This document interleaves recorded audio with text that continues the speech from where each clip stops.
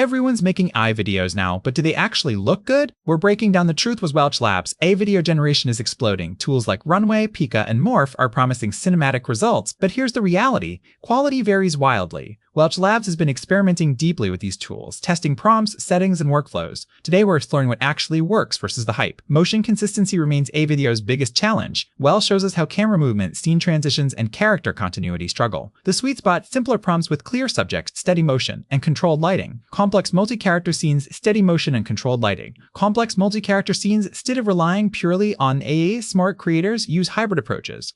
In Regis for Cleistas Whelp of start with AI-generated base footage, then refine in traditional editing software. Keyframing helps control motion. Layering multiple AI generations improves quality. This workflow isn't lazy, it's strategic, combining AI speed with human creative direction. The tech improves monthly. Better models are coming, but here's what matters now. AI video works best as a creative tool, not a replacement. Use it for concept visualization, storyboarding, and rapid prototyping. Combine it with your skills. That's where the real magic happens. Subscribe for more AI creative explorations, and comment below what's your biggest challenge. With AI video tools, that's where the real magic